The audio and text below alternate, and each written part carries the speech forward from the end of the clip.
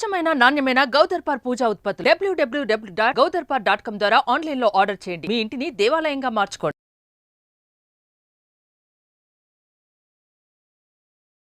నమస్తే, welcome to Suman TV. నేను మీ యామ్ని.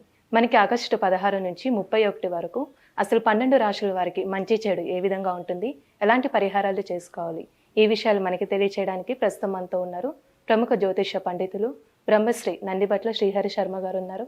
మరి గురుగారితో మాట్లాడి ఆ విషయాల గురించి అడిగి తెలుసుకుందాం. నమస్కారం గురుగారు. వాగర్థావ్యవ సంపృక్తౌ వాగర్థ ప్రతిపత్తయే జగతః పితరౌ వందే పార్వతీ పరమేశ్వరౌ. సదాశివసమారంభాం శంకరాచార్య మధ్యమాం అస్మదాచార్య పర్యంతం వందే గురు పరంపరాం.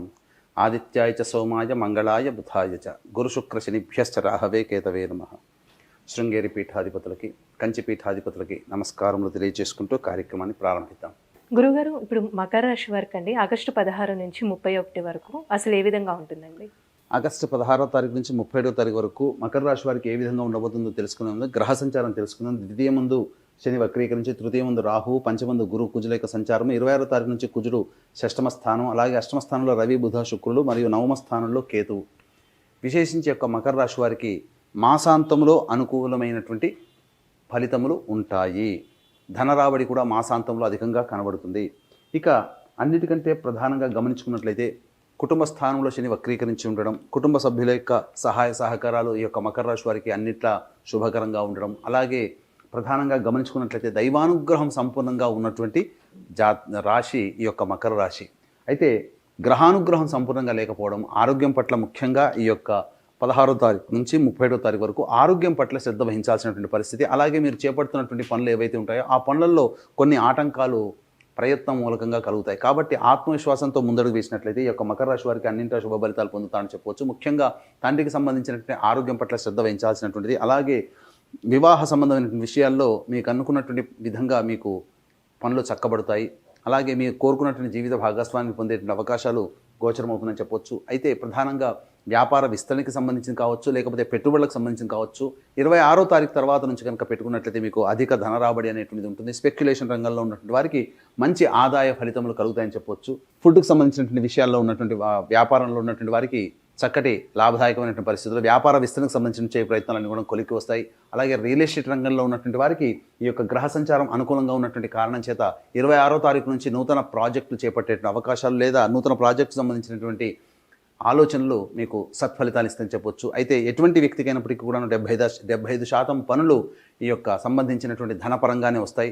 ఆ యొక్క సమస్యలు కూడా ధనపరంగా 75% సమస్యలు ధనంతోనే తీరుతాయి. కాబట్టి ఏ రోజుల్లో ధన రాబడి అధికంగా ఉంటుంది, ఏ రోజుల్లో మీకు ఖర్చులు అధికంగా ఉంటాయి, అలాగే మానసికమైనటువంటి ప్రశాంతత ఎప్పుడు లోపిస్తుంది అనేటువంటి విషయాల గురించి క్లుప్తంగా మనం తెలియజేసుకుందాం.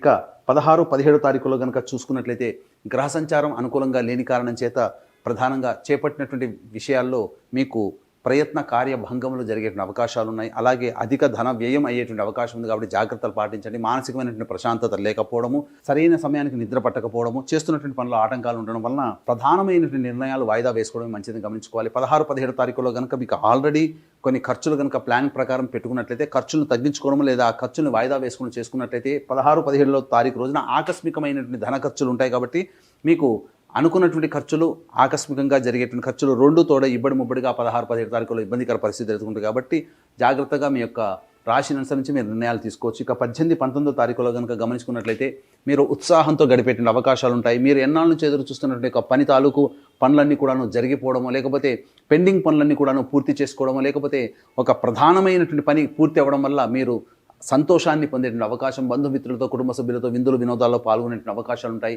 ఏదైనా కానీ ఒక పెద్ద బరువు లేదా ఒక పెద్ద బాధ్యతని పూర్తి చేసుకున్నామనేటువంటి సంతోషంతో 18, 19 తారీఖుల్లో మీరు గడుపుతారని చెప్పవచ్చు. ఇక 20, 21 తారీఖులో కనుక గమనించుకున్నట్లయితే ప్రధానంగా మీ యొక్క వాక్కుని అదుపులో పెట్టుకోవాలి. కుటుంబ సభ్యులతో మాట్లాడేటప్పుడు లౌక్యంతో వ్యవహరించుకున్నట్లయితే మంచి జరుగుతుంది. అలాగే ఆకస్మిక ధనమైనటువంటి ఖర్చులు కూడా ఉన్నాయి కాబట్టి జాగ్రత్తలు పాటించండి.